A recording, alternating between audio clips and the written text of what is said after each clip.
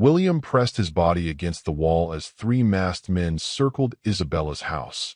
Through the window, he saw 8-year-old Amelia playing with her toys, completely unaware, while Henry was 3 states away on the road. The lead attacker kicked in the door, and Isabella screamed. William's heart hammered as he grabbed a rusted pipe from the alley and charged through the splintered doorway, his voice cracking as he yelled, "Let her go!"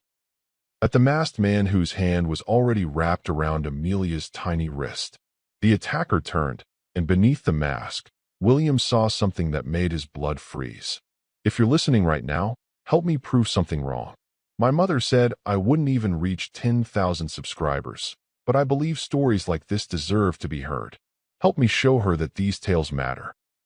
Please like and subscribe to Hell's Angels Tales, and let's keep breathing life into stories that were never meant to stay silent." Enjoy the story. William's breath fogged in the freezing Denver air as he crouched behind the rusted dumpster, watching 3 masked men circle Isabella's apartment like wolves stalking wounded prey. It was 11:47 p.m. on a Tuesday night in late November, and the alley behind the modest brick building on Colfax Avenue was dead silent, except for the crunch of boots on gravel and the distant hum of traffic from the interstate. Through the ground floor window glowing with warm yellow light, he could see 8-year-old Amelia sitting cross-legged on the living room carpet, completely absorbed in building a tower with her colorful blocks, her blonde ponytail bouncing as she hummed a tune William recognized from the Disney movie she'd watched earlier that week. Isabella was in the kitchen washing dishes, her back turned to the front door, completely unaware that 3 armed men were now positioned around her home like a military strike team. Henry was 3 states away in Albuquerque on a club run, and these men knew it. They'd been watching, waiting. William's heart slammed against his ribs so hard he thought it might crack through bone as the lead attacker, a massive figure in black tactical gear with shoulders like a linebacker, tested the doorknob with gloved hands, found it locked, then stepped back and nodded to his partners with the casual efficiency of someone who'd done this before. The 14-year-old's hands trembled as he pressed himself against the cold metal dumpster, his threadbare jacket doing nothing to stop the icy wind from cutting through to his skin. His mind screamed at him to run, to disappear into the night like he'd done 100 times before when trouble found him on the streets of Phoenix, in the foster homes that never wanted him, in every place that reminded him he was alone in a world that didn't care if he lived or died. But then Amelia laughed, that pure, innocent sound cutting through the darkness like a bell, and something inside William's chest cracked open.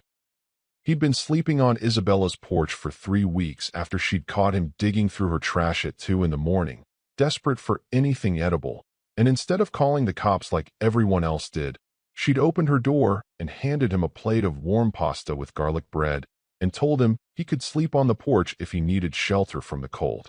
She'd looked at him like he mattered, like he wasn't just another invisible homeless kid the world had thrown away like garbage. She'd asked his name, remembered it, smiled when she saw him. The lead attacker raised his boot, military-grade combat boots. William noticed, the kind that could crush bone, and kicked the door with devastating force. The frames splintered like matchsticks, wood exploding inward with a crack that echoed through the alley, and Isabella's scream pierced the night air. William's body moved before his brain could catch up, his hand closing around a rusted metal pipe lying beside the dumpster, the cold steel heavy and solid in his grip. He sprinted toward the broken doorway, his worn sneakers pounding the wet pavement, adrenaline flooding his system like liquid fire and drowning out the voice in his head that told him he was a scrawny 14-year-old kid running toward 3 grown men who would kill him without a second thought. Inside the apartment, chaos had erupted in the span of heartbeats. The lead attacker had Isabella pinned against the kitchen counter, one gloved hand clamped over her mouth to muffle her screams, while the other pressed something cold and metal against her ribs that William realized with horror was a gun. The second man, lean and quick like a predator, stalked toward Amelia, who stood frozen in the center of the room, her tower of blocks collapsed around her feet, her brown eyes wide with the kind of terror no 8-year-old should ever know. The third attacker was ransacking the living room with methodical violence, throwing cushions off the couch, ripping through drawers, scattering papers and photographs across the floor like he was searching for something specific. "Where is it?" The lead attacker snarled at Isabella, his voice distorted and mechanical through the black ski mask that covered everything except his eyes, cold blue eyes that held no mercy.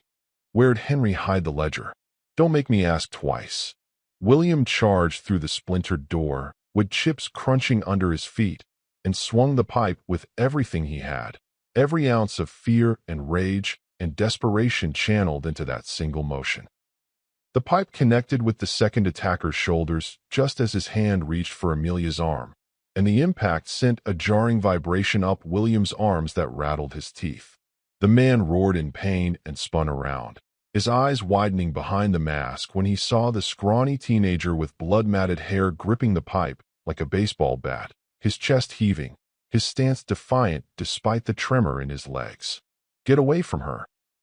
William's voice cracked, betraying his 14 years and the terror coursing through his veins, but his stance didn't waver even as his knees threatened to buckle.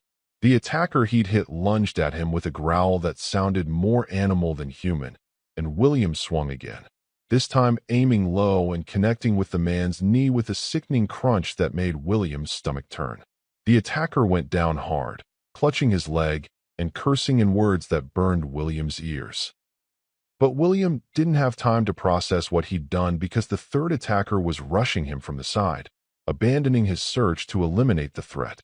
The impact drove William into the wall with bone-rattling force, stars exploding across his vision as his head cracked against the plaster hard enough to leave a dent. The pipe clattered to the floor, spinning away across the hardwood. A fist slammed into William's ribs, then another, and he tasted copper as blood filled his mouth and ran down his chin. Through the ringing in his ears that sounded like church bells, he heard Isabella screaming his name and Amelia sobbing and hiccuping gasps, and that sound, that broken, terrified sound from the little girl who'd shared her cookies with him last Saturday, gave him strength he didn't know his battered body possessed. William's hand shot out and grabbed a glass vase from the side table, his fingers closing around it just as another punch aimed for his face. He swung the vase with wild desperation and smashed it across his attacker's mask, sending the man stumbling backward with a howl as glass shards embedded in the fabric and blood began seeping through. Subscribe now and comment where you're watching from. This story gets darker. The lead attacker released Isabella with a shove that sent her stumbling against the refrigerator, and he pulled something from his tactical belt. A combat knife with a 7-inch blade that gleamed under the apartment's fluorescent lights like a sliver of death itself. "You just made a big mistake, kid," he growled, his voice dropping to something cold and final as he advanced on William with the predatory patience of someone who knew his prey had nowhere left to run. William's back hit the wall, his ribs screaming in agony with every breath, his vision blurring from the head wound that was now bleeding down his temple and into his left eye. He had no weapon, no training, no chance against a man twice his size and 3 times his weight wielding a blade designed to kill efficiently. His legs shook. His hands were slick with blood, his own or someone else's, he couldn't tell anymore. But between him and that knife stood Amelia, still frozen in the center of the room like a statue, her tear-streaked face a portrait of pure terror, her small hands clutched to her chest. William thought about his mother, dead from an overdose when he was 11. He thought about his younger brother, lost somewhere in the foster system. He thought about all the times he'd run, all the times he'd hidden, all the times he'd chosen survival over everything else because that's what the streets taught you. Look out for yourself because no one else will. But Isabella had looked out for him. She'd given him pasta. She'd smiled at him. She'd made him feel human again. William pushed off the wall, his legs threatening to give out, and charged one more time.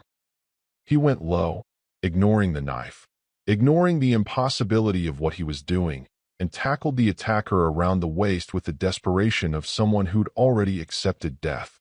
They crashed into the coffee table, glass shattering beneath them in an explosion of sharp fragments that bit into William's back. The knife slashed across William's forearm, a line of fire that opened his skin like paper and made him scream, but he didn't let go. He clawed at the mask, bit down on the man's wrist when it came near his face, fought with the desperate savagery of a cornered animal with nothing left to lose. Isabella grabbed her phone from the counter with shaking hands and dialed 911, her voice breaking as she shouted their address to the dispatcher. The third attacker, still nursing his injured knee and the glass embedded in his mask, grabbed her wrist and yanked the phone away. But Isabella had spent years married to a biker. She knew how to fight. She drove her elbow into his throat with precision, and he went down gasping and choking. She scooped up Amelia and ran for the bathroom, slamming the door and dragging the heavy cabinet in front of it, while Amelia buried her face in her mother's shoulder. Outside, sirens wailed in the distance. Someone else in the building must have called the cops when they heard the screaming. The lead attacker heard them too, and he threw William off with brutal force, sending the teenager sliding across the blood-slicked floor until he crashed into the overturned couch. William's vision went white with pain. "We're done here," the lead attacker snapped to his partners, his voice sharp with frustration. "Move out. Now." But before they fled through the shattered door into the November darkness, the lead attacker pulled a spray paint can from his tactical vest and shook it with deliberate slowness. He turned to the wall and wrote across Isabella's living room in dripping crimson letters that ran like blood. "Tell Henry we're coming for what he owes." The three men disappeared into the alley, their boots echoing off the brick walls as red and blue lights flooded the street outside and tires screeched to a halt. William lay on the floor among the broken glass and scattered blocks, his arm bleeding through his jacket, his ribs possibly broken, his head pounding like someone was driving nails into his skull. Isabella emerged from the bathroom with Amelia clutched to her chest and dropped to her knees beside him, her hands hovering over his wounds like she was afraid touching him would break him further. "Why?" she whispered, tears streaming down her face and dripping onto his shirt. "William, why would you do that? You could have died." William tried to smile, but winced instead, every muscle in his face protesting. "You gave me pasta," he said simply, his voice barely above a whisper, and then the world tilted sideways as shock finally claimed him and everything went dark. The paramedics arrived 4 minutes later, their boots crunching through the debris as they assessed the scene with professional efficiency.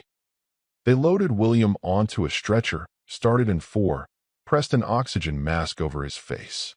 Isabella rode in the ambulance with him, holding his uninjured hand while Amelia sat on her lap, the little girl's fingers wrapped tight around William's thumb like she was afraid he'd disappear if she let go.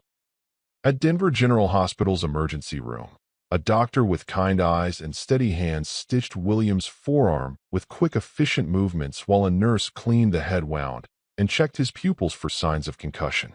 2 police officers stood in the doorway taking Isabella's statement, their expressions grim as she described the attackers, the message on the wall, the cryptic demand about something Henry supposedly owed. One officer, a veteran detective named Carson with gray temples and weary eyes that had seen too much violence, stepped away to make a phone call. When he returned 20 minutes later, his face was tight with concern. He pulled Isabella aside into the hallway, leaving William with the nurses who were now wrapping his ribs. Through the partially open door, William watched Detective Carson show Isabella something on his phone. A photograph that made all the color drain from her face like someone had pulled a plug. Her knees buckled, and Carson caught her elbow to steady her. "Are you certain?" Isabella's voice was barely a whisper, but in the quiet hospital corridor at midnight, William heard every word. Her next sentence made his blood run cold despite the warm blankets the nurses had wrapped around him. "That's Henry's sergeant-at-arms. That's Marcus." The hospital room smelled of antiseptic and fear.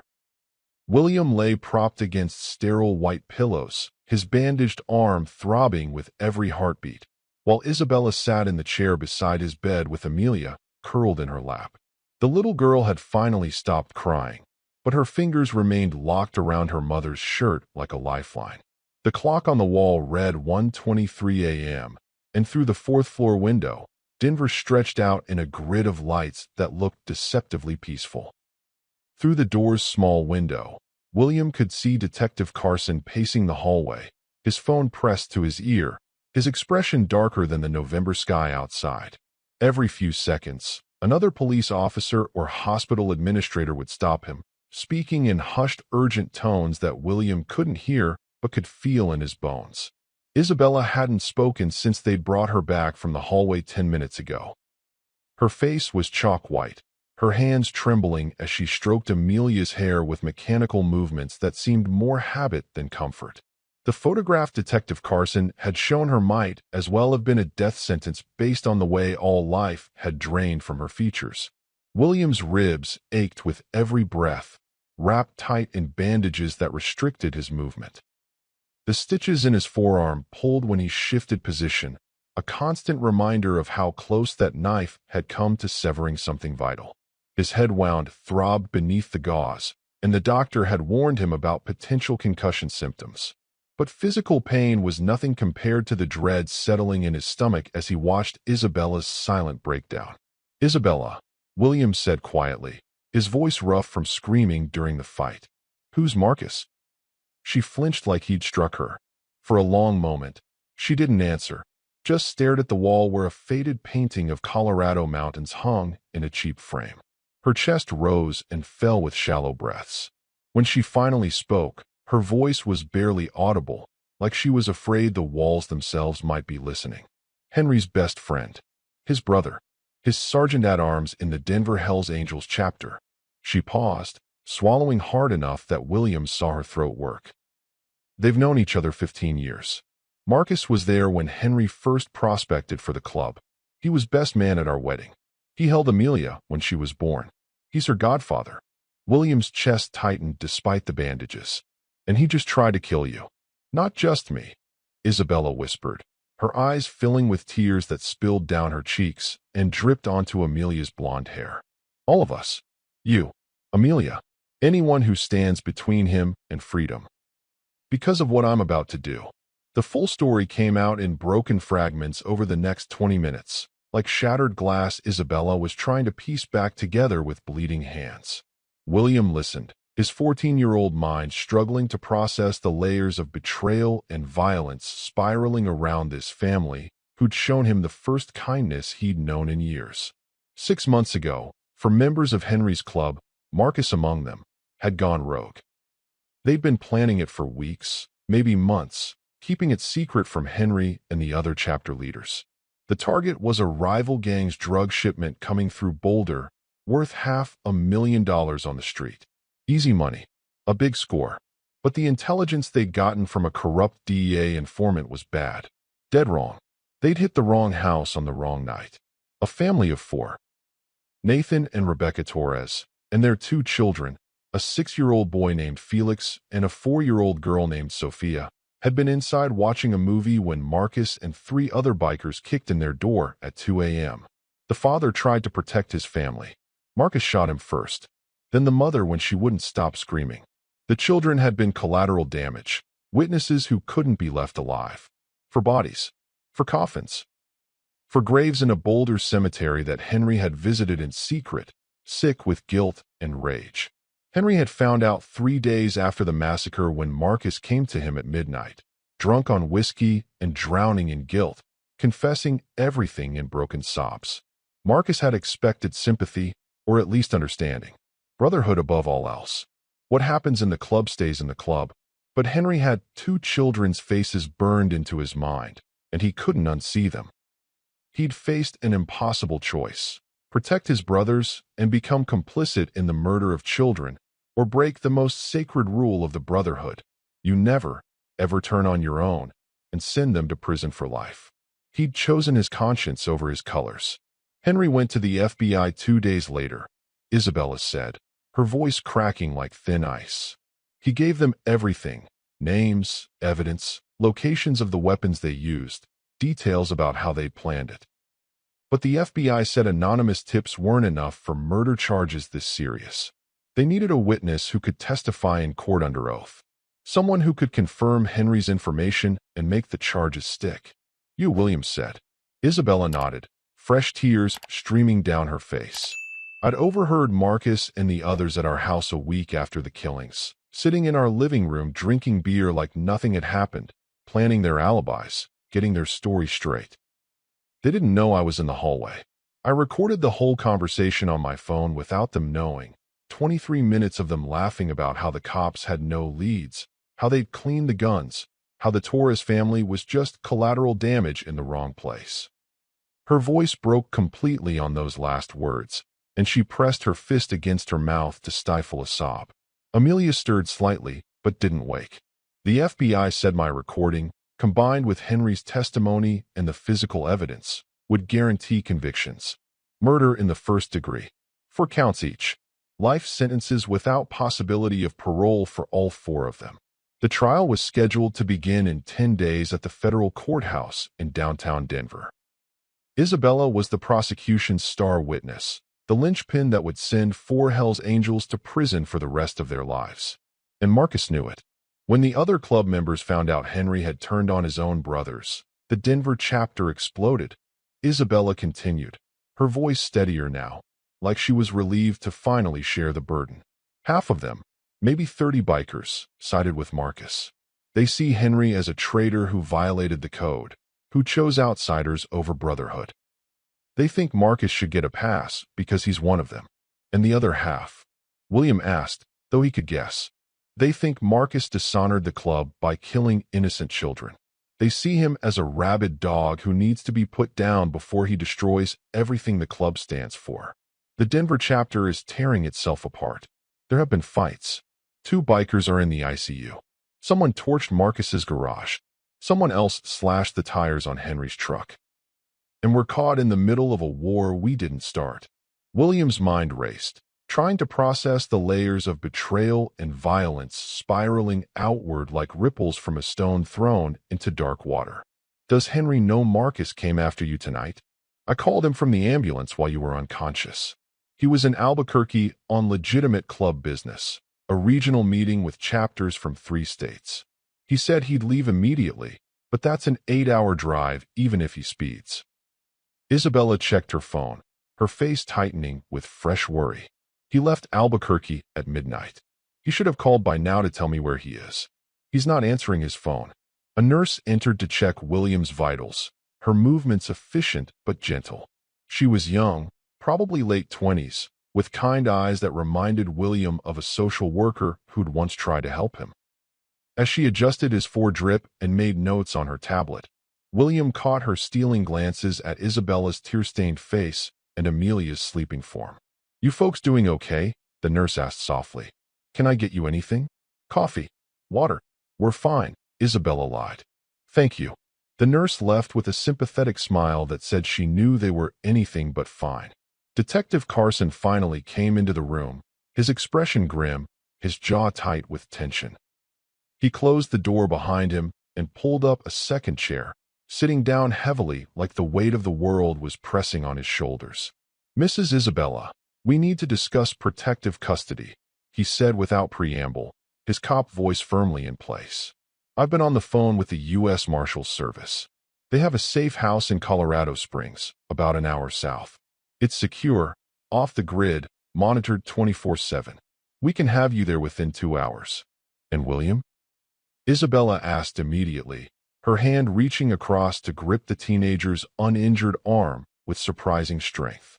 He saved our lives tonight. If Marcus knows he interfered, if he finds out William is the reason they failed. He's not family, ma'am, Carson said, though his tone was apologetic. The safe house is only authorized for witnesses and immediate relatives. Federal protocols. I can arrange for him to go back into the foster system with enhanced security measures, maybe place him in a different city. No, Isabella said flatly, her voice carrying a steel William hadn't heard before. William stays with us, or we stay here. I'm not negotiable on this, detective. Carson's jaw tightened, but something in Isabella's eyes, a fierce maternal protection that extended beyond her own daughter, made him nod slowly. I'll make the arrangements. I'll have to call my supervisor, get special authorization, but I'll make it work. However, we need to move fast. If Marcus knows you're here, Isabella's phone buzzed on the bedside table, the vibration loud in the quiet room. She looked at the screen and her face went sheet white, all the blood draining away like someone had opened a valve. The phone slipped from her trembling fingers and clattered onto the linoleum floor. William leaned over despite the pain shooting through his ribs and picked it up. The message was from an unknown number, the area code blocked. Drop the charges by midnight tomorrow or Amelia disappears. You'll never find her body.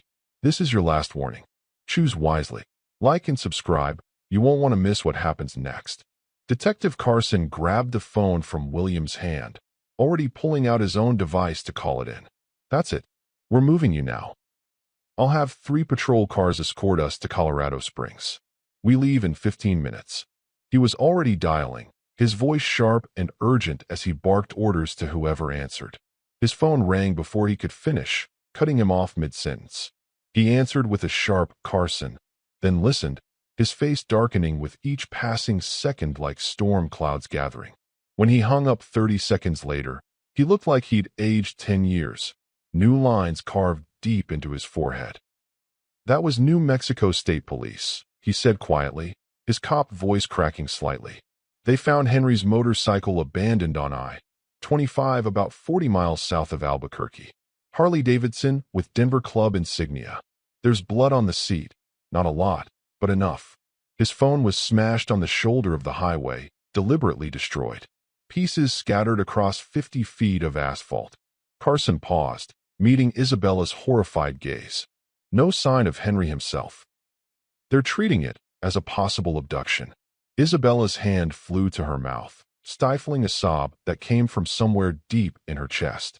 Amelia stirred in her lap, woken by her mother's sudden movement, confused by the distress radiating from the adults around her. "Mommy," the little girl asked in a small, scared voice. "Is Daddy okay? When is he coming home?" Isabella couldn't answer. She just pulled Amelia closer, her whole body shaking with silent sobs, her face buried in her daughter's hair. William's mind spun with possibilities, each one worse than the last. Marcus had people everywhere, in the club, on the highways between states, maybe even in the hospital right now wearing scrubs or security uniforms. They were sitting ducks in this room with its single door and window that didn't even open. He tried to swing his legs off the bed, ignoring the screaming pain in his wrapped ribs. "We need to move," he said urgently. "Right now? We can't stay here waiting for." A commotion erupted in the hallway outside, cutting him off. Raised voices. A nurse protesting loudly. Heavy footsteps approaching fast, multiple sets of boots on linoleum tile. Detective Carson's hand went instinctively to his holster as he moved toward the door, his body language shifting into combat readiness. Through the small window in the door, William saw hospital security, 2 guards in blue uniforms, trying to intercept someone. The detective yanked the door open, stepping into the hallway with his weapon drawn. "Sir, you need to stop right there. Hands where I can see them." But the footsteps didn't stop. They got closer, heavy and determined.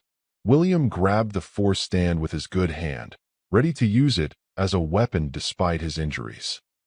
Isabella stood, pushing Amelia behind her toward the bathroom, her eyes wild with terror, her body positioned between her daughter and whatever was coming through that door. Then Detective Carson backed into the room slowly, his gun still raised, but his finger off the trigger, and William saw who was behind him. A man in his mid-30s with dark hair and a close-cropped beard, wearing jeans and a leather jacket with Hell's Angels patches torn half off. His face was bruised and bloody, his left eye swollen nearly shut, his lips split open. His hands were raised in surrender, showing empty palms, but his knuckles were scraped raw like he'd been in a fight. Recognition flashed through William despite never having seen a photograph. It was Henry. "Don't shoot." Henry gasped, blood dripping from a cut above his eye. "It's me. I'm her husband. I'm Henry." Isabella rushed forward, but Carson held up a hand to stop her. "ID. Now," the detective ordered. Henry slowly reached for his wallet, moving carefully under the barrel of Carson's gun, and produced a driver's license. The detective examined it, compared the photo to the battered face, then finally lowered his weapon. Isabella crashed into Henry's arms, Amelia close behind, both of them crying as he wrapped them in a tight embrace despite the obvious pain in his body. But before anyone could ask questions, before the relief could even settle, Henry's eyes locked onto William with desperate intensity that made the teenager's blood run cold. "They're right behind me," Henry gasped, blood dripping from his mouth onto Isabella's shoulder. "Marcus knows you're here. He has people watching the hospital. I tried to lose them, tried to call and warn you, but my phone. I tried everything but." A nurse burst through the door, her face panicked, her words tumbling out in a rush. "Detective Carson, there's a situation developing in the main lobby. 3 men just came in demanding to know which room the family from the Colfax Avenue incident is in. They're getting aggressive with the front desk staff. Security is trying to handle it, but they're refusing to leave. They say they're family, but they're not on any approved visitor list, and—" William moved to the window on instinct and looked down at the hospital's main entrance 4 floors below. His blood turned to ice, freezing in his veins. 3 black motorcycles were parked in the emergency lane where ambulances should be, their chrome gleaming under the sodium lights. And walking through the automatic glass doors with predatory confidence, flanked by 2 men William recognized from the attack, the one with the injured knee and the one he'd hit with the vase, was Marcus. He was tall, built like a linebacker, with a shaved head and a goatee. Even from 4 floors up, William could see the cold determination in the way he moved, scanning the lobby, pointing toward the elevators. And they were heading straight up. "Stairs. Now," Detective Carson barked, holstering his weapon and grabbing his radio. "All units, code silver, 4th floor. 3 armed suspects entering main lobby. Lock down elevators immediately." William ripped the 4 from his arm, ignoring the sting and the droplet of blood that welled up. Henry scooped Amelia into his arms despite the obvious pain in his ribs, while Isabella grabbed the small plastic bag containing William's blood-soaked clothes from earlier. They burst into the hallway just as the elevator chime dinged at the far end of the corridor. "Service stairs, left side," a young nurse whispered urgently, pointing toward a door marked "Staff Only" in faded red letters. "Goes straight to the loading dock." They ran. Henry limped, his left leg dragging slightly. Whatever had happened on that highway had left him injured worse than he was letting on. William's wrapped ribs screamed with every step, but fear was a powerful anesthetic. Behind them, voices echoed from the elevator bay. Marcus's voice, deep and commanding. "4th floor. Room 447. Let's go." The stairwell was concrete and cold, their footsteps echoing like gunshots. Amelia whimpered against Henry's shoulder, and Isabella pressed her hand gently over her daughter's mouth. "Show, baby. We're playing hide and seek. Stay quiet for mommy." Detective Carson led them down 4 flights, his radio crackling with updates. "Suspects on 4th floor, security engaging. They're armed, officers responding." They burst through the loading dock exit into the freezing November air. A hospital laundry truck idled nearby, its driver smoking a cigarette and scrolling through his phone. Carson flashed his badge. "Police emergency. I need your vehicle." The driver took one look at the battered family and the detective's drawn weapon and tossed over his keys without argument. "It's all yours, man." They piled into the truck, Henry and Isabella in the back among bags of soiled linens, William in the passenger seat, Amelia on her mother's lap. Carson gunned the engine and they lurched forward, tires squealing on wet pavement as they rounded the corner onto Spear Boulevard. Through the side mirror, William saw Marcus burst through the loading dock door, his face twisted with rage. He pointed at the departing truck, shouting orders to his men. One of them ran toward the parked motorcycles. "They're following us," William said, his voice tight. Carson's jaw clenched. He grabbed his radio. "This is Detective Carson, badge 2847. I need immediate assistance. U.S. Marshal contact for witness protection. Federal case, urgent threat level." The response came back in less than 30 seconds. "Patching you through to Marshal Torres now." A new voice crackled over the radio, calm and professional. "This is U.S. Marshal Agent Victor Torres. Detective, what's your situation?" 3 hostile subjects pursuing federal witness and family. Currently mobile, heading south on Spear. Need immediate secure location. Copy that. I'm 20 minutes from your location. There's a safe house in Colorado Springs. Secure facility, off-grid. But we need to lose your tail first. Take I-25 south, exit at County Line Road. There's an abandoned warehouse district. I'll meet you there, and we'll transfer to my vehicle. Henry shifted in the back, his voice strained. Torres? Victor Torres? Short guy, scar on his left hand. That's him, the radio confirmed. Something flickered across Henry's battered face. Recognition, maybe concern, but before he could speak, headlights flooded the truck's cabin. A motorcycle pulled alongside them, the rider's face hidden behind a dark helmet. He reached into his jacket. Gun, William shouted. Carson swerved hard right, clipping a parked car. The motorcycle wobbled but recovered.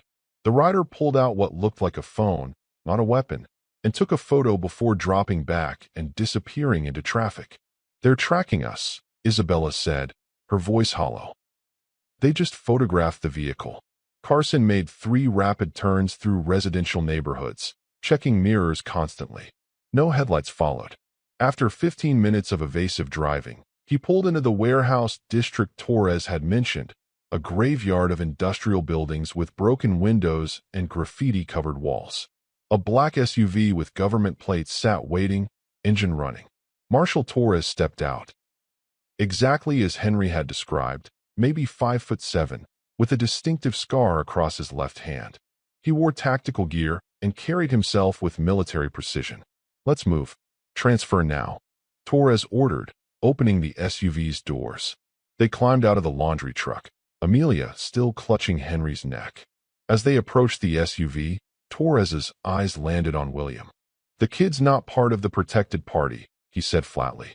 He'll need to. He comes with us, Isabella interrupted, her voice steel. He saved our lives. If we're in danger, so is he. Torres's expression hardened. Ma'am, I have protocols.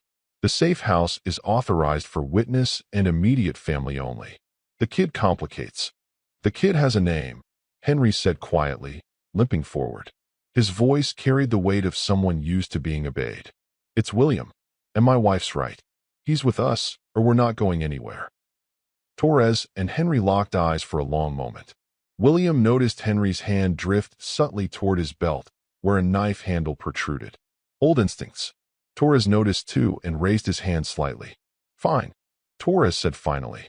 But this goes in my report. Let's go before they triangulate our position. The SUV's interior smelled like leather and gun oil. Torres drove fast but smooth, taking back roads that wound through darkness. Amelia finally fell asleep around 3 a.m., exhausted from terror. Isabella held her daughter with one arm and kept her other hand on William's shoulder, like she was afraid he might disappear. Henry sat in the front passenger seat, and William noticed him studying Torres with subtle intensity. There was history there, something unspoken. Didn't expect to see you on this case, Torres, Henry said quietly. Federal marshals go where we're assigned, Torres replied, eyes on the road. Your wife's testimony is high priority. How'd you know we were at Denver General? We didn't call marshals until Carson radioed tonight. Torres's hands tightened slightly on the wheel. Been monitoring police frequencies since the trial got scheduled. Standard procedure for witness protection cases. It was a reasonable answer. But something about Torres's tone made William's instincts prickle. They arrived at the Colorado Springs safe house just before dawn. It was a modest ranch-style home in a quiet suburb, identical to every other house on the street. Deliberately forgettable. Torres did a security sweep while they waited in the vehicle, then ushered them inside. The house was clean but impersonal. Generic furniture, bare walls, no family photos. There were 3 bedrooms, a stocked kitchen, and reinforced doors with multiple deadbolts. Torres showed them the panic room hidden behind a bookshelf in the master bedroom. You're secure here, he said. I'll be in the attached garage monitoring surveillance. Don't leave the house for any reason. Trial's in 9 days. After you testify, you can relocate permanently if needed. Subscribe and like now. This family's nightmare is far from over. Isabella put Amelia to bed in the smallest bedroom. Henry collapsed onto the couch, finally allowing himself to show pain. His shirt was stiff with dried blood. William helped him remove the jacket, revealing bruises that covered his torso like a violent painting. "What happened on the highway?" William asked quietly. "Marcus's guys ambushed me at a rest stop outside Albuquerque," Henry said, wincing as Isabella brought ice packs. "3 of them. Beat me pretty bad, took my phone, threw me in a van. I managed to break free when they stopped for gas. Stole a truck from the gas station and drove straight here." "How'd they know where you'd be?" Isabella asked. Henry's expression darkened. "Only 5 people knew I was at that meeting. All club members I thought I could trust." The implication hung in the air like smoke. The betrayal went deeper than Marcus. William volunteered to take the couch, insisting Henry and Isabella take the second bedroom. But sleep wouldn't come. His mind spun with questions. Around 2:45 a.m., he heard something, a quiet electronic beep from the garage where Torres was supposedly monitoring surveillance.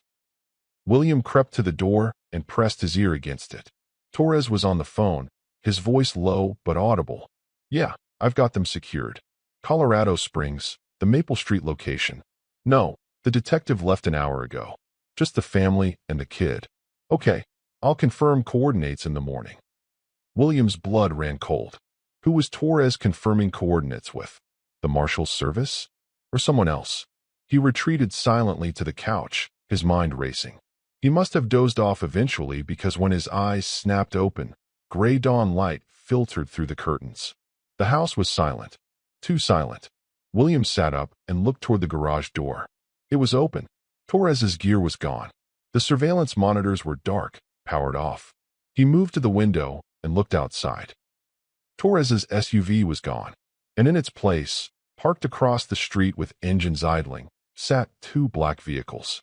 As William watched, the driver's door of the first vehicle opened, and Marcus stepped out into the morning light, a gun visible in his waistband. He looked directly at the safe house, directly at William through the window, and smiled. William didn't waste time questioning what he saw. He'd survived 3 years on the streets by trusting his instincts, and every instinct in his 14-year-old body screamed danger. Marcus stood across the street in the pale dawn light, framed by 2 black SUVs like an executioner posing for a portrait. The way he smiled, predatory, patient, victorious, told William everything he needed to know. Torres had betrayed them. They were alone, and they had maybe 90 seconds before Marcus's crew breached the house. William sprinted to the master bedroom, his bare feet silent on the carpet, and shook Henry awake with enough force to rattle the bed frame. "They're here. Marcus is outside. Torres sold us out." Henry's eyes snapped open, years of military training and biker violence turning him from asleep to combat ready in a single heartbeat. He rolled out of bed despite his injuries, grabbed his jeans from the floor, and shook Isabella awake while pulling them on with one hand. "Bella, wake up. We have to move. Now." Isabella jerked awake, disoriented for a second before the fear in their faces registered. She was up and moving before Henry finished explaining, maternal instinct overriding exhaustion. William ran to the smallest bedroom where Amelia slept curled under a thin blanket, her blonde hair spread across the pillow like spilled sunlight. He hated to wake her, hated the terror that would bloom in her eyes when she realized they were running again. "Amelia," he whispered, gently touching her shoulder. "Hey, kiddo, wake up." The little girl stirred, rubbing her eyes with tiny fists. When she focused on William's face, bandaged, scared, urgent, her bottom lip trembled. "Another game of hide and seek?" she asked in a small, brave voice that broke William's heart into pieces. "Yeah, sweetheart," Henry said, appearing in the doorway. He forced calmness into his voice that his body language contradicted. "But this time we have to be really, really quiet. Like mice. Can you be a quiet little mouse for Daddy?" Amelia nodded, wrapping her arms around William's neck as he picked her up. She weighed almost nothing, all bones and trust.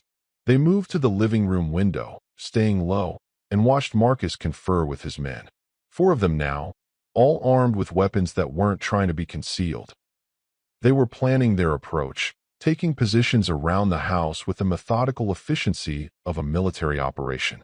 Marcus pointed to the back door, gestured to the side windows, positioned his men like chess pieces. "Back door," Isabella whispered, her voice tight with barely controlled panic. Henry shook his head, his jaw clenched. "They'll have it covered. Standard breach tactics. Front and back simultaneously, sides covered to prevent escape. We're boxed in." William's mind raced, pulling from memories of every tight spot he'd escaped on the streets, fleeing group homes, dodging cops, hiding from older teens who wanted his sleeping spot. Think like prey. What would a rat do in a trap? Then it hit him. The panic room. Torres showed us the panic room behind the bookshelf. "That's a trap," Henry said immediately, his tactical mind already 3 steps ahead. "First place they'll check once they breach. We'd be cornered like fish in a barrel. They could gas us out, starve us out, or just blow the door." "Exactly," Williams said, his eyes bright with desperate inspiration. "But what if we make them think we're in there while we actually go somewhere else? Give them something to focus on while we slip away." Henry's eyes narrowed, years of strategic thinking clicking into place, then understanding dawned across his battered face. The crawlspace. These old ranch houses from the 50s all have them, built before modern foundations. Access should be through the hallway closet. They moved fast, adrenaline overriding pain and exhaustion. Henry pulled the bookshelf away from the wall with Isabella's help, his injured ribs protesting with every movement. The panic room entrance was a reinforced steel door hidden behind the furniture. He opened it, reached inside to turn on the light, making it obvious someone had been there, then closed it most of the way. Not locked, not quite shut. A breadcrumb trail for Marcus to follow. Meanwhile, William yanked open the hallway closet and started throwing out old coats, vacuum cleaners, boxes of Christmas decorations that had been left by previous occupants. There, in the back corner under a piece of plywood and old paint cans, he found it. A 2-foot square access panel to the crawlspace. Henry grabbed a screwdriver from the kitchen junk drawer and started removing screws as quietly as possible, but the old wood creaked with each turn. Sweat beaded on his forehead despite the cold morning air. His hands shook slightly. From pain or fear, William couldn't tell. The sound of breaking glass shattered the morning silence like a gunshot. Marcus's men were coming in through the front window. "No more time. Go, go, go," Henry whispered urgently, yanking the access panel free. Isabella went first, sliding into the crawlspace on her stomach with Amelia clutched to her chest. The opening was barely big enough for an adult. Amelia whimpered as the darkness swallowed them, but Isabella shushed her gently. William followed, squeezing through the tight opening, his bandaged ribs screaming in protest. The stitches in his forearm pulled against the wood, and he felt something warm, blood, probably, but there was no time to check. Henry came last, his broader shoulders barely fitting through the opening. He pulled himself through with his arms, dragging the paint cans back over the entrance just as heavy footsteps thundered through the living room directly above them. The plywood settled back into place, plunging them into near-total darkness. The crawlspace was a nightmare. Dark, cold, and barely 3 feet high. It forced them to crawl on their bellies through damp earth and debris. Pink insulation hung from the floor joists above them like diseased flesh, and the smell of mold and rodent droppings filled William's nose. Cobwebs caught in his hair. Something small and many-legged scurried across his hand, and he bit down on his lip to keep from crying out. But they could hear everything through the thin flooring above them. Every footstep, every word, crystal clear. "Check every room." Marcus's voice boomed, so close it felt like he was standing on William's back. "They can't have gotten far. Torres confirmed they were here 30 minutes ago. They're injured, on foot, with a kid. Find them." Footsteps moved through the house methodically, the sound of trained searchers who knew their business. Doors slamming, furniture being overturned. The crash of dishes as someone swept the kitchen table clear. The sound of a mattress being flipped. They were destroying the safe house room by room. Then one of Marcus's men called out, triumph in his voice. "Got something. Panic room's been accessed. Doors not locked properly. Fresh scuff marks on the floor where the bookshelf was moved. There we go, Marcus said, satisfaction dripping from his voice like poison. Stupid. Trap yourselves for us. Classic panic move. Tyler, get the breaching tool from the truck. And the acetylene torch. We'll crack it open like a sardine can and end this mess. Henry, Isabella, I know you can hear me. Make this easy and open up. Your kid doesn't need to see what happens when we cut through. The footsteps moved away toward the master bedroom. Henry gestured for them to move, pointing deeper into the crawl space toward the back of the house. They crawled in agonizing silence, inch by painful inch. The earth beneath them was cold and slightly damp, soaking through William's clothes. His bandaged arm left small smears of blood on the dirt.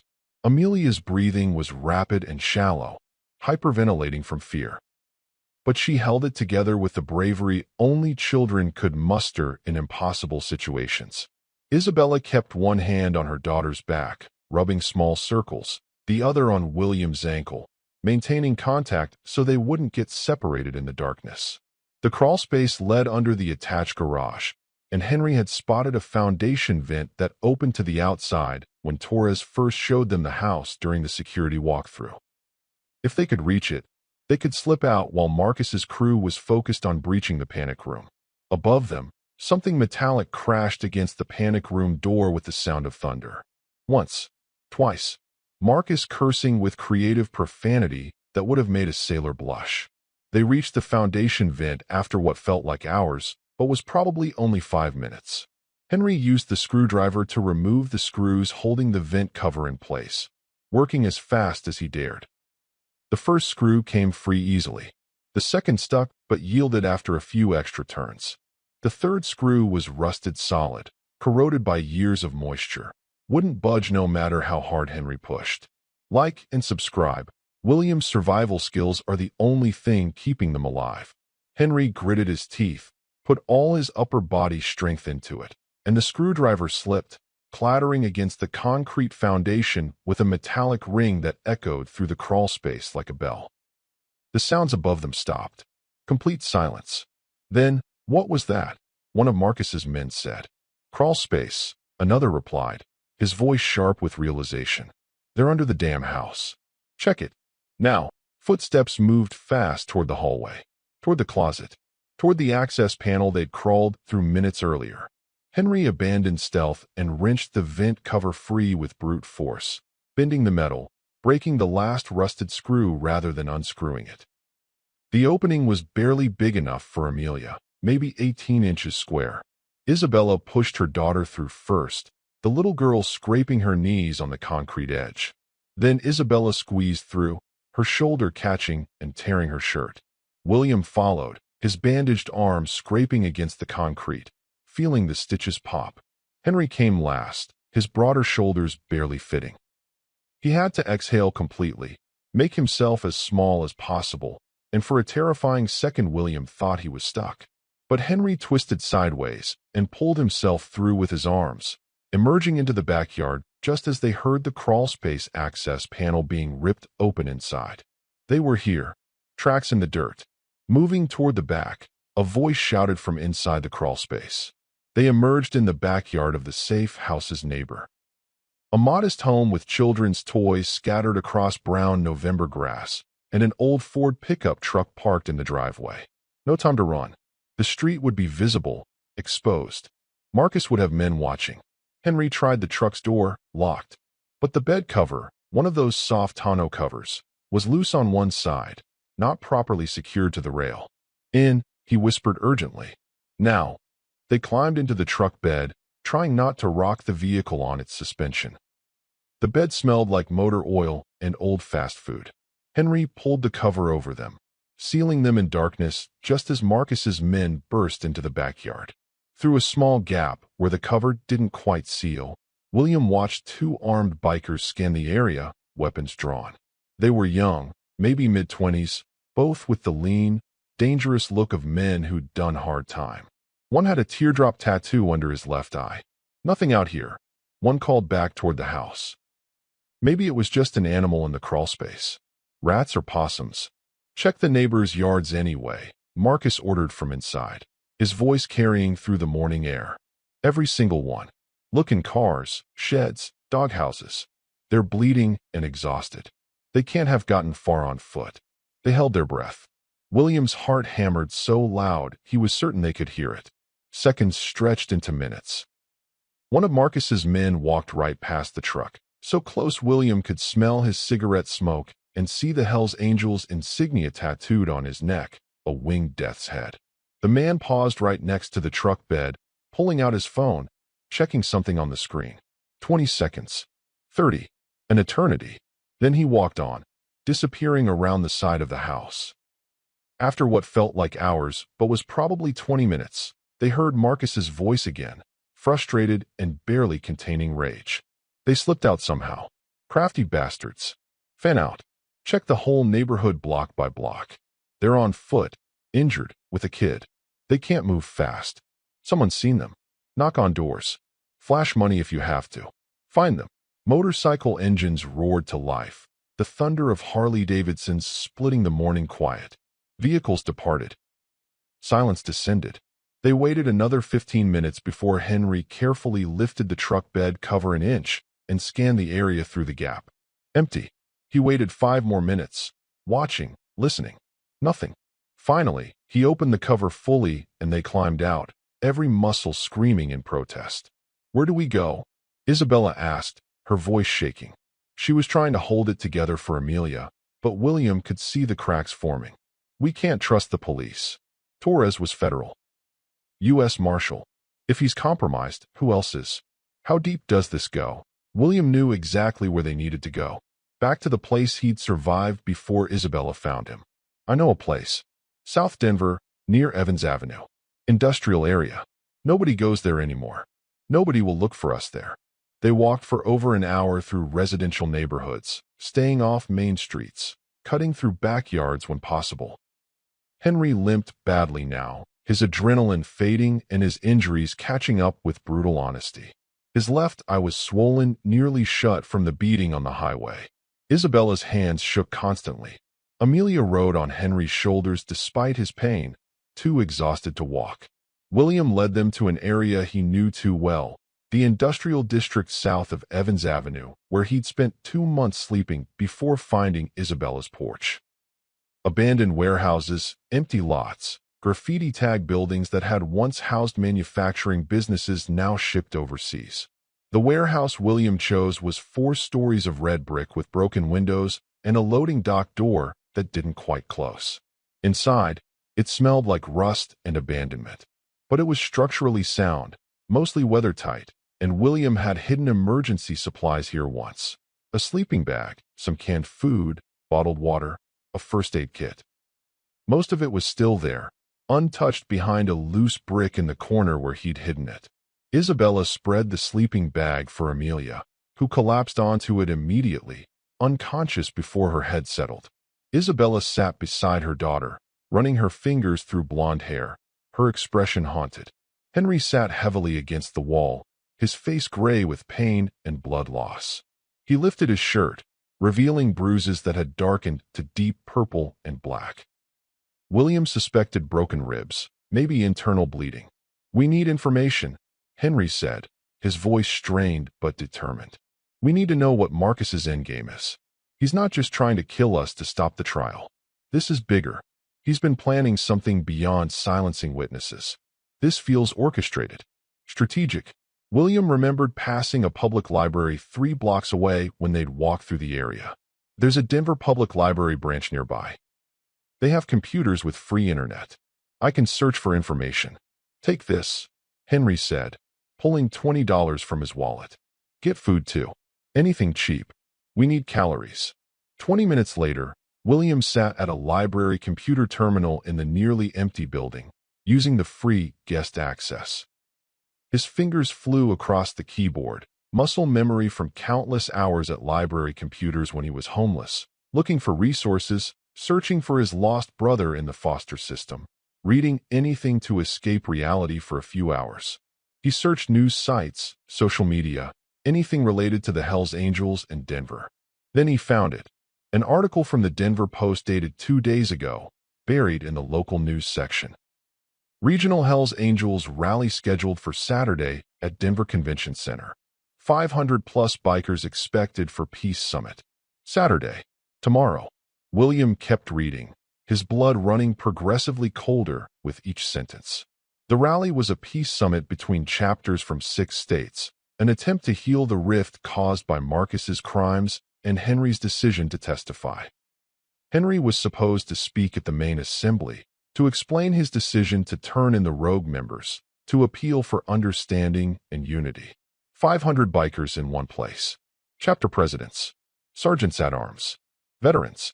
The entire power structure of the regional Hells Angels gathered under one roof. William's hands started to shake as he searched for more details. Then he found something that made his heart stop completely. A cached forum post from an encrypted biker message board, discussing security concerns about the rally. Someone with the username M_Denver had posted just 12 hours ago. Don't worry about security arrangements. I've got it handled from the inside. After Saturday, the club will know exactly who the real traitor is. Justice will be served. The Brotherhood will be purified. Marcus. It had to be Marcus. He was planning something catastrophic at the rally. Something that would kill hundreds of people. And he would frame Henry for it.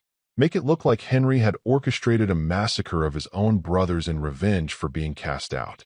William printed the articles using the guest print account, hands shaking so badly he almost dropped the papers. He ran back to the warehouse, his injured ribs screaming, the 3 blocks feeling like 3 miles. He burst through the loading dock door, breathless. Marcus is going to attack the rally, he gasped between heaving breaths.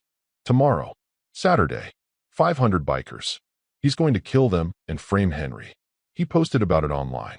He's got inside access to security. He's planning it. His words died in his throat. Henry, Isabella, and Amelia were standing in the center of the warehouse, hands raised above their heads. Surrounding them were 6 armed men in Hells Angels leather, but these weren't Marcus's crew. Different faces. Different patches. William recognized one from a photo that had been on Isabella's refrigerator at her apartment. Calvin, a tall black man with gray in his beard, one of Henry's oldest friends from the club. But Calvin's gun wasn't pointed at Henry. It was pointed directly at Isabella's chest. At Amelia, standing behind her mother. Sorry, brother, Calvin said to Henry, his voice thick with emotion that sounded genuine. Marcus's bounty on your family is $500,000. Cash. Untraceable. I got 3 kids of my own to feed. Wife's got cancer. Medical bills are drowning me. You understand how it is. It's just business. Henry's face was a mask of betrayal that cut deeper than any physical wound. Calvin, please. We've been brothers for 12 years. You were at my wedding. You held Amelia when she was baptized. Please. Calvin's finger moved to the trigger, and tears actually ran down his face even as he aimed. Had to be done, Henry. Club voted. Marcus called for a vote. 38 to 32. You're out. Brotherhood is over. Then, from the shadows behind Calvin, another voice spoke. Cold, triumphant, familiar in the worst way. Actually, Calvin, there's been a slight change of plans. Marcus stepped into the light filtering through the broken windows, and he wasn't alone. He was dragging someone by the collar. Agent Torres, bloodied and zip-tied, a gun pressed to his temple. Torres's face was a mess of bruises, one eye swollen completely shut, blood crusting his nose and mouth. Marcus looked at Henry with a smile that held no warmth, only malicious satisfaction. Surprised? Torres here decided he loved money more than duty. Sold you out for $50,000. But then he got cold feet, tried to warn the FBI. Can't have loose ends. He shoved Torres to the ground, keeping the gun trained on his head.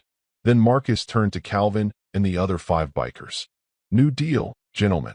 You don't get paid for killing them. You get paid for walking away right now and forgetting you saw anything. $20,000 each. Cash in your hands within the hour. Or stay and become accessories to what I'm about to do and spend the rest of your lives in federal prison. Choose. Calvin hesitated for maybe 3 seconds, then lowered his gun. We're out. No part of this, Marcus. This is on you. He and his crew backed out of the warehouse, disappearing into the afternoon shadows. Now it was just Marcus, two of his loyal crew members, Torres on the ground, and Henry's family. Marcus looked at Henry with something that might have been genuine sadness buried under layers of rage and betrayal. Here's how this works, brother. You've got exactly 60 seconds to decide. Come with me to the rally tomorrow. Stand on that stage.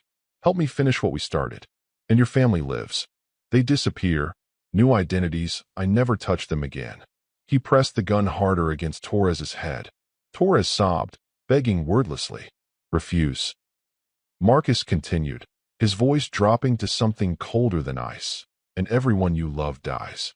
Starting with this rat, then your pretty wife, then that innocent little girl who calls me Uncle Marcus, then the homeless kid who thinks he's a fucking hero. Marcus pulled out his phone with his free hand and set a timer. The display glowed in the warehouse dimness. 60 seconds, Henry. Choose wisely. Your family's lives, or 500 brothers die tomorrow at the convention center when the bombs I've planted detonate. Clock's ticking. The timer started counting down. 59, 58, 57. Henry looked at Isabella, at Amelia, at William, at the gun pressed to Torres's head, at Marcus's face, hard as stone. 55, 54, 53.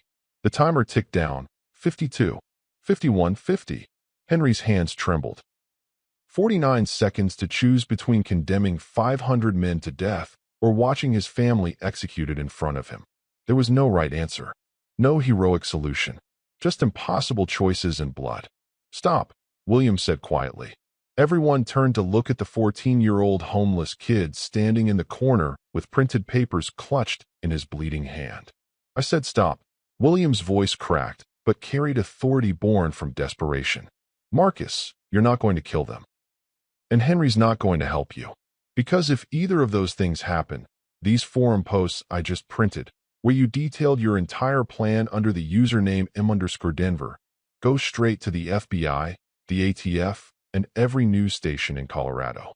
Marcus's face darkened. You're bluffing, kid. Am I? William held up the papers. You posted 12 hours ago about having inside security access. You mentioned purifying the Brotherhood and justice being served after Saturday. That's premeditation, conspiracy, domestic terrorism. Even if you kill us all right here, I sent copies to 3 different email addresses on delayed send. If I don't cancel them in. He glanced at an imaginary watch. 6 hours, they auto-send. You kill us, you hang yourself. It was a complete lie. William had barely figured out how to print at the library, let alone set up delayed emails. But his voice didn't waver, and his eyes held Marcus's without flinching. Marcus's jaw clenched. The gun trembled slightly against Torres's head. You're a street kid. You don't know how to. I lived in libraries for 2 years, William interrupted. I know computers better than I know people. Try me. The warehouse fell silent except for the timer. 38, 37, 36. Henry spoke, his voice steady despite everything. Marcus, brother, this isn't who you are. The man I knew for 15 years wouldn't massacre innocent people. The man who taught me to ride, who was there when Amelia was born, he's still in there. This path ends with you in a supermax prison or dead. There's still time to stop this. Those kids in Boulder had time too, Marcus said, his voice breaking slightly. But we didn't give it to them. I see their faces every night, Henry. Every single night. The FBI is going to put me away for life anyway. At least this way, I take the traitors with me. There's no honor in more death, Isabella said softly, stepping forward despite the guns pointed at her. Those children's parents would tell you the same thing if they could. This doesn't fix what happened. It just creates more families with empty chairs at dinner. More kids without fathers. More wives without husbands. 25, 24, 23. Marcus's hand shook violently now. For a moment, William saw something flicker across his face. Doubt, guilt, exhaustion. The mask was cracking. Marcus. Amelia's small voice cut through the tension. The 8-year-old stepped out from behind her mother, her eyes wide but fearless. You gave me a teddy bear for my birthday. You said you'd always protect me. You promised. Marcus's face crumpled. The gun dropped slightly. I'm sorry, little one. I'm so sorry. Then stop. William said, stepping forward again. Because I'm not watching another family die. Isabella gave me food when I was starving. She saw me when I was invisible. Amelia shared her cookies with me. Henry's trying to do the right thing in a world that punishes people for having a conscience.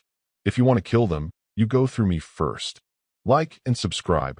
This homeless kid is about to save everyone.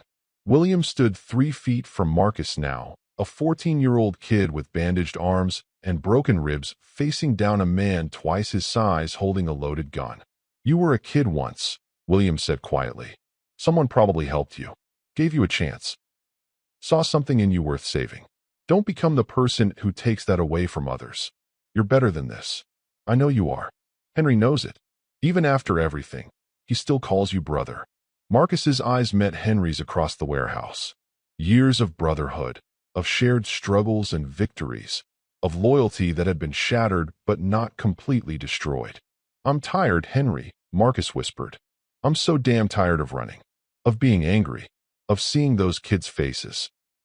Then stop running, Henry said. Help us stop this. Save those 500 men. You'll still go to prison, probably for a long time. But you'll go knowing you prevented a massacre. That counts for something. It has to count for something. The timer hit 0. It buzzed in Marcus's hand. For 10 seconds that felt like 10 years, nobody moved. Then Marcus lowered the gun completely and sank to his knees. The weapon clattered to the concrete floor. Convention Center, he whispered, tears streaming down his face. Main Assembly Hall. For devices wired to the electrical system under the stage. Remote detonator. I was going to trigger them during Henry's speech. God forgive me. God forgive me. Henry grabbed Marcus's phone and dialed 911, providing information to the dispatcher with military precision.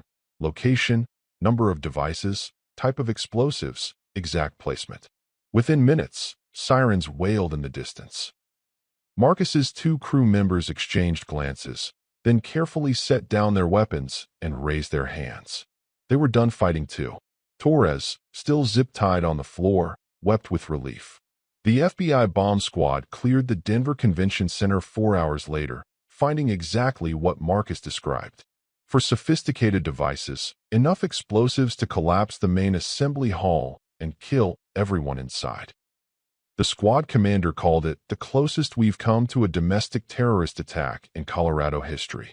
The rally was postponed, but eventually held 2 weeks later with 612 bikers in attendance, the largest turnout in the Denver chapter's history. Henry spoke about redemption, about choosing conscience over convenience, about how true brotherhood meant holding each other accountable.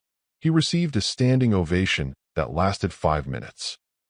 Marcus pleaded guilty to conspiracy and attempted mass murder, but the federal prosecutor, acknowledging his cooperation and the 500-plus lives saved, recommended a reduced sentence. The judge sentenced him to 15 years with possibility of parole after 10.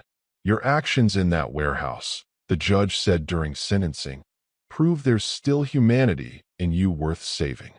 The 4 men responsible for the Boulder murders received life without parole. Torres lost his badge but avoided prison in exchange for testimony about corruption in the Marshal's service. Calvin and the other bikers who'd confronted them in the warehouse were questioned but ultimately not charged. They'd walked away before any violence occurred. Isabella testified at all the trials with courage that made national news. The prosecution called her the hero who'd risked everything for justice. Henry was pardoned by the governor for his role in stopping the bombing and granted immunity from any club-related charges. The Denver Hells Angels chapter formally expelled the rogue faction and voted Henry as their new president. He accepted on the condition that the club refocus on charity work and community service. 3 months later, William stood in family court in a suit Isabella had bought him, his first suit ever. Judge Patricia Martinez reviewed the adoption papers with a warm smile. William, she said, do you understand that this adoption makes Henry and Isabella your legal parents? That Amelia becomes your legal sister? That you'll have all the rights and responsibilities of their biological child? William nodded, unable to speak past the lump in his throat. Then by the power vested in me by the state of Colorado, I hereby grant this adoption. Congratulations to the entire family. Isabella cried. Henry's hand rested on William's shoulder, steady and proud. Amelia bounced on her toes and whispered loudly, "Now you're really my brother. Forever." They moved to a house in suburban Littleton with a fenced yard, 3 bedrooms, and a golden retriever puppy, Amelia, named Justice. William enrolled in Littleton High School as a freshman. Despite missing 3 years of formal education, he threw himself into learning with fierce determination. He made the soccer team, joined the computer club, and finished his first semester with straight B's and 1 A in English. His teacher said his essay about survival and family was the most powerful thing she'd read in 20 years of teaching. Henry transformed the Denver chapter. They started a youth mentorship program for at-risk kids. They organized charity rides that raised money for domestic violence shelters. They partnered with Denver public schools to provide scholarships for students aging out of foster care. The local news did a feature story calling them the Hells Angels you've never heard about. Isabella went back to school herself, taking nursing classes at Community College of Denver. She wanted to help people, she said. After everything they'd been through, she understood how fragile life was and how much healing mattered. On a warm Saturday evening in August, 8 months after everything, they gathered in their backyard for a barbecue. Henry manned the grill, flipping burgers with exaggerated chef's flair that made Amelia giggle. Isabella brought out potato salad and lemonade. William threw a tennis ball for Justice, who bounded after it with puppy enthusiasm. Detective Carson stopped by with his family, his wife, and 2 teenage daughters. He'd stayed in touch, checking on them regularly, becoming something like an uncle to William. Torres sent a letter from Arizona, where he'd started working as a security consultant. He apologized again, explained he was in therapy, said he thought about them often. Even Marcus wrote from federal prison. The letter was brief but sincere. "Thank you for saving me from myself. I'm taking classes, working with the chaplain, trying to become someone those Boulder kids' parents might someday forgive. Tell William he's the bravest person I've ever met. Tell him I'm trying to be brave too." As the sun set over the Rocky Mountains, painting the sky in oranges and purples, William sat on the back porch steps watching his family. Henry laughed at something Carson said. Isabella hugged her daughters close. Amelia taught Carson's girls a complicated clapping game. Justice sprawled across William's feet, exhausted and content. William felt something he'd never felt before, something he didn't have words for until Isabella sat down beside him and put her arm around his shoulders. "You okay, sweetheart?" she asked. William nodded, smiling. "Yeah, I'm home." Isabella kissed the top of his head. "Yes, you are. Forever." The evening air smelled like charcoal and cut grass. Laughter echoed across the yard. Inside the house, William's soccer trophy sat on the mantel next to Amelia's school art project and a family photo taken at the adoption hearing. For people who'd been strangers less than a year ago, now bound together by something stronger than blood. They'd all been broken in different ways. They'd all faced darkness that should have destroyed them. But they'd survived. Together. And that made all the difference.